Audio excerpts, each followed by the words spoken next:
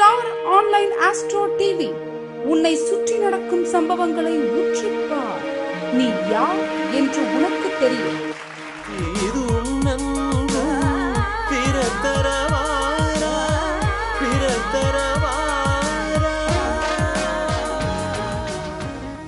திருநீலகண்டம் அனைவருக்கும் வணக்கம். நான் உங்கள் அஸ்ட்ரோ நந்தகுமார், அஸ்வினி ஜோதிடம், திருச்சி, சென்னை மற்றும் கோவை. நம்ம ஸ்டார் ஆன்லைன் அஸ்ட்ரோ டிவி நேயர்கள் அனைவரையும் வருக என வரவேற்கிறேன். உங்கள் அனைவருக்கும் வணக்கங்கள், வாழ்த்துக்கள். இந்த சேனலில், இந்த வீடியோவில் நம்ம ஒவ்வொரு கிரகங்களுடைய நன்மை தீமைகளையும் அதை எப்படி அனுபவ ரீதியாக நம்ம அதை பாசிட்டிவ் ஆக்கிக்கிறத பற்றி பார்த்துட்ருக்கோம். அதுக்கு முன்னாடி இப்போ தான் இந்த சேனல் பார்க்குறீங்க அப்படின்னா தயவுசெய்து சப்ஸ்கிரைப் பண்ணிக்கோங்க. சப்ஸ்கிரைப் பண்ணாத எல்லாரும் சப்ஸ்கிரைப் பண்ணிக்கோங்க. உங்கள் நண்பர்களையும் தெரியப்படுத்துங்க. முக்கியமாக நோட்டிஃபிகேஷனை எனேபிள் பண்ணிக்கோங்க. ஸோ அப்போ தான் வந்து இது போல் நாங்கள் கொடுக்கக்கூடிய அனைத்து வீடியோஸும் உங்களுக்கு வந்து ரீச் ஆகும். ஸோ இந்த நம்ம ஜோதிட பிரபஞ்ச குழுவும் நம்ம இந்த ஸ்டார் ஆன்லைன் அஸ்ட்ரோ டிவியும் இணைந்து இந்த மாதிரியான முக்கியமான ஜோதிட சுற்றுமங்களை வந்து நம்ம ஸ்டார் ஆன்லைன் டிவியில் ரெகுலராக கொடுத்துட்ருக்கோம்.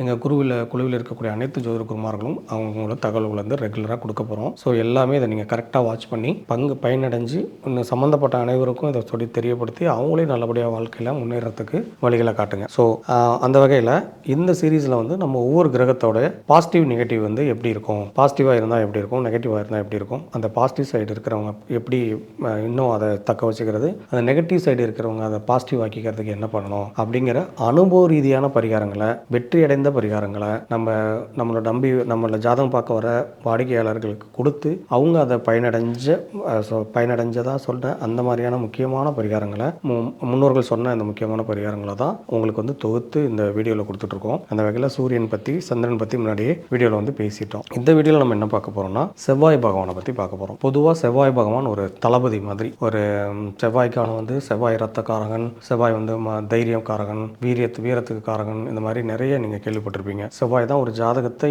இயக்கக்கூடிய ஒரு ஜாதகருடைய இயக்கத்துக்கு காரணம். ஏன்னா ரத்தக்காரகன் அவர் தான். ரத்த ஓட்டம் அவரால் தான் ரத்தமே உருவாகுது. ரத்தத்துக்குள்ளே இருக்கிற அந்த எலும்புலேருந்து மஜ்ஜைகளிலிருந்து உருவாகக்கூடிய ரத்தத்துக்கு காரகம் அவர் தான். ஒரு பாதுகாப்பு காரணம் அவர் தான். ஒரு கல்வியா செல்வமா வீரமான்ற மாதிரி வீரம் உள்ளவன்கிட்ட, பலம் வந்து இவங்கள்ட்ட படித்தவன்லேருந்து பணக்காரன் எல்லாம் ஆஃப் ஆயிடுவான்னு சொல்லுவாங்க இல்லையா. அப்போ பல தேசங்கள் வந்து அந்த வீரத்தில் சிறந்த தளபதிகளால் தான் நிர்மாணிக்கப்பட்டது. என்னதான் மன்னன் இருந்தாலும் அந்த மாதிரியான தளபதிகளை நியமித்து அதன் மூலமாக பல நாடுகளை பிடிச்சி தான் வாழ்ந்தாங்க.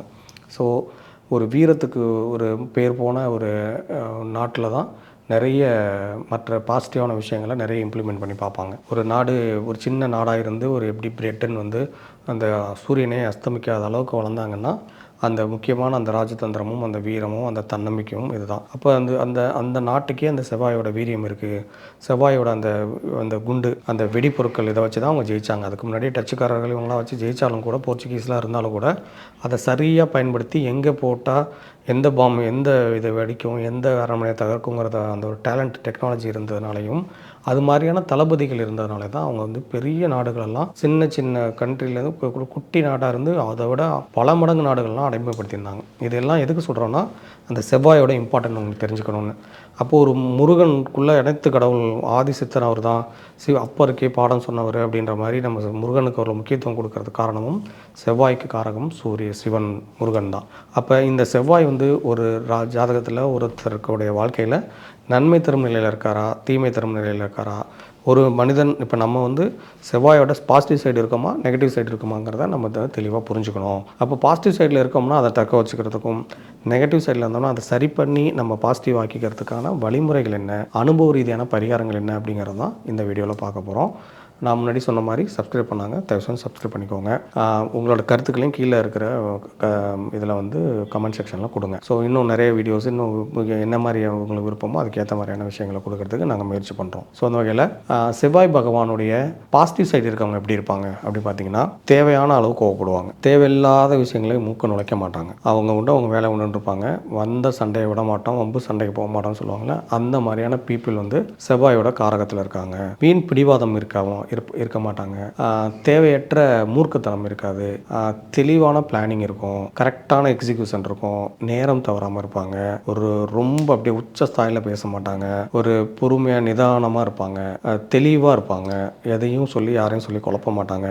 எதுக்கும் பயப்பட மாட்டாங்க. எதுக்கும் கலங்க மாட்டாங்க. இதெல்லாம் செவ்வாயோட பாசிட்டிவ் சைடில் இருக்கிறவங்க. நெகட்டிவ் சைடில் இருக்கவங்க எப்படி இருப்பாங்க பார்த்தீங்கன்னா, அதாவது செவ்வாயோடைய எதிர்மறை குணம் உள்ளவங்க எப்படி இருப்பாங்க அப்படின்னு பார்த்தீங்கன்னா, எதுக்கு எடுத்தாலும் கோவப்படுவாங்க. முன்கோபம், டக்குன்னு வார்த்தை விடுவாங்க, பேசிட்டு பின்னாடி வருத்தப்படுவாங்க. இந்த பாசிட்டிவ் இருக்கிறவங்க பேச மாட்டாங்க, பேசினா அதை பற்றி வருத்தப்படவே மாட்டாங்க. நெகட்டிவ் சைடில் இருக்கிறவங்க பேசிடுவாங்க, உடனே என்ன தோணுதோ டக்குன்னு ரிப்ளை பண்ணிடுவாங்க, உடனே ரியாக்ட் பண்ணிடுவாங்க, பின்னாடியே அப்படியே அதை உள்டாவாக மாற்றி ரொம்ப ஃபீல் பண்ணுவாங்க. தேவையற்ற பிடிவாதம் இருக்கும், வரட்டு குணம் இருக்கும், எனக்கு பிடிக்காதான்னு வீம்புக்குனே இருப்பாங்க. அந்த வீம்புத்தனம் ரொம்ப அதிகமாக இருக்கும். தேவையற்ற கோபம் இருக்கும். கோபம் இருக்குதுனாவே அவங்க நிதானமாக இல்லாதவங்க கிட்ட, வீரமாக இல்லாதவங்ககிட்ட தான் கோபம் வரும். கோபத்தில் எனி டைம் கோபத்திலேயே இருக்கிறவங்க, இல்லை யாரையாவது முரண்பாடான ஆளுமையில் சிக்க வச்சிருக்கிறவங்க, அவங்க தான் பெரியவங்கன்ற காட்டிக்கிறவங்களுக்கு, வலிமையை காமிச்சு அடுத்தவங்களை ஒரு மாதிரி அடக்கிறவங்க, நான் இல்லைனா என்ன பண்ணிடுவேன் பாருன்னு எனி டைம் அப்படி காலரை தூக்கி விட்டுட்டே இருக்கிறவங்க, ஒரு மாதிரி கையை முறுக்கிட்டே இருக்கிறவங்க, இவங்கெல்லாம் நெகட்டிவ் சைடில் இருக்காங்கன்றதை தெரிஞ்சுக்கோங்க. அப்போ பாசிட்டிவ் சைடில் இருக்கோமோ நெகட்டிவ் சைடில் இருக்கோமோ, நமக்கு சூரியன் நல்லா இருக்காரா அப்படின்னு தெரிஞ்சுக்கிறதுக்கு என்ன பண்ணணும்னா, கூட பிறந்தவங்க மூலமாக ஒரு நன்மையோட, ஒரு ஒற்றுமையோட, அண்ணன் தம்பியோட, ஒரு பாசத்தோட, ஒரு எல்லாருமே, இவங்க மட்டும் இல்லை, ஒரு பையனுக்கு சூரியன் செவ்வாய் நல்லா இருக்குன்னா அவங்க அண்ணன் தம்பிங்கள்ட்ட நல்லா இருப்பான். அவனுக்கு செவ்வாய் நல்லா இருக்கான்னா அவங்க அண்ணன் தம்பிக்கு இவங்ககிட்ட பாசமாக இருக்கணும். இவனுக்காக எல்லா விஷயங்களும் செய்யறதுக்கு தயாராக இருக்கணும், தியாகங்கள் செய்யணும், அவனுக்கு தேவையான விஷயங்களை செய்யணும். அப்படின்ற மாதிரி ஒன் வே மாதிரி இல்லாமல் டூ வே மாதிரி, இவனும் பாசிட்டிவாக கொடுக்கணும், அவங்களும் இவனுக்கு பாசிட்டிவாக இருக்குன்ற மாதிரி இருக்கிறவங்க. அதே போல் நல்ல நிறைய நிலம் சார்ந்தவங்க, வீடு மனை சார்ந்தவங்க, அப்புறம் ஒரு மலை மேலே வசிக்கக்கூடியவங்க, இல்லை மலை சார்ந்த இடங்கள் இருக்கக்கூடியவங்க, இதெல்லாமே அவங்களுக்கு ஒரு பாசிட்டிவிட்டி செவ்வாயில் இருக்குது, தேவைப்படுற அளவுக்கு எல்லாமே கரெக்டாக இருக்குது அப்படிங்கிறத நீங்கள் தெரிஞ்சுக்கணும். இது இல்லை, மண்மனையே இல்லை, ஒரு நல்ல வீடு இல்லை, ஒரு நல்ல வாசல் இல்லை, சொத்து இல்லை, இது போல் ஒரு நெகட்டிவாக இருக்காங்கன்னா அவங்களுக்கு ஆப்வியஸாக செவ்வாய் நல்லா இல்லை. கூட பிறந்தவங்கள்ட்ட ஒரு நன்மை இல்லை, அவங்ககிட்ட நிறைய ஈகோ இருக்குது, நீ பெரியவனா நான் பெரியவனான்னு சண்டை இருக்குது, அடிதடி இருக்குது, பங்காளி தகராறு இருக்குது, சொத்துக்கு பிரச்சனைகள் இருக்குது. இதனால் விட்டு கொடுக்காம அண்ணன் தம்பிகளாக தான் இருப்பாங்க, அவ்வளோ பெரிய எதிரிகளாக இருப்பாங்க. அதனால தான் அந்த காலத்தில் 5 வயசு வரை அண்ணன் தம்பி, அதுக்கு மேலே பங்காளின்லாம் சொல்லுவாங்க இல்லையா. அதுபோல் இது நெகட்டிவாக இருக்கக்கூடிய அண்ணன் தம்பிகள் இருக்காங்க அப்படின்னாவே அவங்க ஆப்வியஸாக செவ்வாய் அவங்களுக்கு பாதிக்கப்பட்டிருக்கு, இல்லை செவ்வாயோட நெகட்டிவ் சைடில் இருக்காங்க. ஜாதகத்தில் செவ்வாய் உச்சம் நல்லா இருக்குது, செவ்வாய் மகரத்தில் இருக்கும், சூப்பராக இருக்கும், ஓகான்னு இருக்கும், ஆட்சி பெற்றிருக்காரு, அவருக்கு அதெல்லாம் இருக்குன்னு பார்த்தீங்கன்னா இருக்காது. ஏன் இல்லை, செவ்வாய் நல்லா தானே இருக்குது, அவங்களுக்கு ஏன் அப்படி இல்லைன்னா வாடகை வீட்டில் கஷ்டப்பட்டுட்டு தான் இருப்பாங்க. அதுக்கெல்லாம் நிறைய விதிகள் இருக்குது. அது ஜாதகத்தில் அவங்கவுங்க ஜாதகத்தில் இருக்கக்கூடிய பலன்கள் இல்லாமல் அனுபவ ரீதியாக ஒரு அண்ணன் தம்பிக்கு ஏமாற்றி இருந்தானா கன்ஃபார்மாக அவனுக்கு செவ்வாய் வீக் ஆகிடும். அப்போ நம்மளால் முடிஞ்சதை செய்வோம், நல்லா இருக்கட்டும் அப்படின்ற மாதிரி நினைக்கிறவங்களுக்கு கண்டிப்பாக செவ்வாயோட பாசிட்டிவ் விஷயங்கள் கொடுக்கப்படும் அப்படிங்கிற விஷயத்தை தெரிஞ்சுக்கோங்க. அப்போ இந்த செவ்வாயோட பாசிட்டிவ் இன்க்ரீஸ் பண்ணிக்கிறதுக்கு என்ன செய்யணும்? முக்கியமாக முருகர் வழிபாடு. ரெண்டாவது ரொம்ப இம்பார்ட்டண்டான ஒரு விஷயம் என்னன்னா ரத்த தானம். ஒவ்வொருத்தவங்களும் ஆணாக இருந்தாலும் பெண்ணாக இருந்தாலும், பெண்கள் மேக்ஸிமம் ரத்த தானம் செய்ய முடியாது, அவங்களோட ஹெல்த் நேச்சர் அப்படி இல்லாதவங்க அவங்க முருகன் வழிபாடு பண்ணலாம். அப்படி இல்லாதவங்க அவங்க உடன் பிறந்தவங்களுக்கு கூட அவங்க வீட்டில் போய் தங்கி அவங்க கூட சாப்பிட்டு அவங்களுக்கு ஏதாவது செஞ்சு கொடுத்துட்டு ஏதாவது வாங்கிட்டு போய் கொடுத்துட்டு அவங்கள பார்த்துட்டு வரலாம். அவங்க எப்படி இருந்தாலும், அவங்க நல்லவங்களோ, நம்மளை வயிற்றுச்சல் படுறாங்களோ, கண் திருஷ்டி படுறாங்களோ, நம்மளை பார்த்து ரொம்ப வயிறு எப்படி இருந்தாலும் சரி, நம்மளா வாலண்டியராக ஒதுங்கி இருந்துக்காம, இல்லைனா அவங்க சம்மந்தமாக அக்கா அண்ணன் தம்பி அப்படின்னு வேறு யாரையாவது கூப்பிட்றவங்க தேர்ட் பர்சன்ஸ்க்காக கூட இந்த மாதிரி ஒரு நான்வெஜ் வாங்கி கொடுக்குறது, நான்வெஜ் சமைச்சு கொடுக்குறது, அந்த அவங்க பிடிச்ச உணவு பழக்கம் நல்லா காரசாரமாக செஞ்சு கொடுக்குறது, மசாலா பொருட்கள் வாங்கி கொடுக்குறது, அதை அரைச்சி கொடுக்குறது, இது மாதிரி விஷயங்களை செய்யலாம்.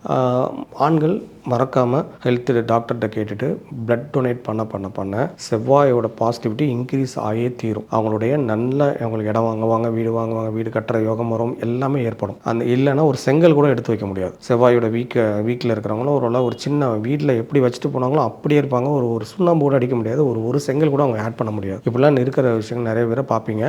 இவங்களாம் இந்த மாதிரி ஒரு நிலைமையில் இருக்காங்க அப்படின்னா தயவு செஞ்சு நான் சொன்ன மாதிரி ரத்த தானம் பண்ணுறதோ, முருகன் வழிபாடுக்கு காவடி எடுத்துகிட்டு போகிறவங்களுக்கோ, இல்லை நடைபயணம் போகிறவங்களுக்கு உதவுறதோ, இது சம்மந்தப்பட்ட விஷயங்களில் செய்கிறது. முக்கியமாக இந்த செங்கல் சூளைகள், இந்த மாதிரி ரொம்ப உடலை வருத்தி வேலை செய்கிறவங்க, அந்த மாமிச கடையில் வேலை செய்கிறவங்க, அப்புறம் இந்த மாதிரி மக்களுக்கு கொஞ்சம் உதவி செய்கிறது. செங்கல் சூளையில் கஷ்டப்படுறவங்களுக்கு அவங்களுக்குலாம் ஒரு டீ வாங்கி கொடுத்தீங்கன்னா கூட உங்களுக்கு நல்லா செவ்வாய் பலம் இன்க்ரீஸ் ஆகிறத நீங்கள் பார்க்கலாம். இது மாதிரி உங்களால் முடிஞ்ச விஷயங்களை நீங்கள் செஞ்சுறது மூலமாக செவ்வாயோட நெகட்டிவை குறைச்சி பாசிட்டிவை இன்க்ரீஸ் பண்ணுறதுக்கான வழிகள் இதுதான்.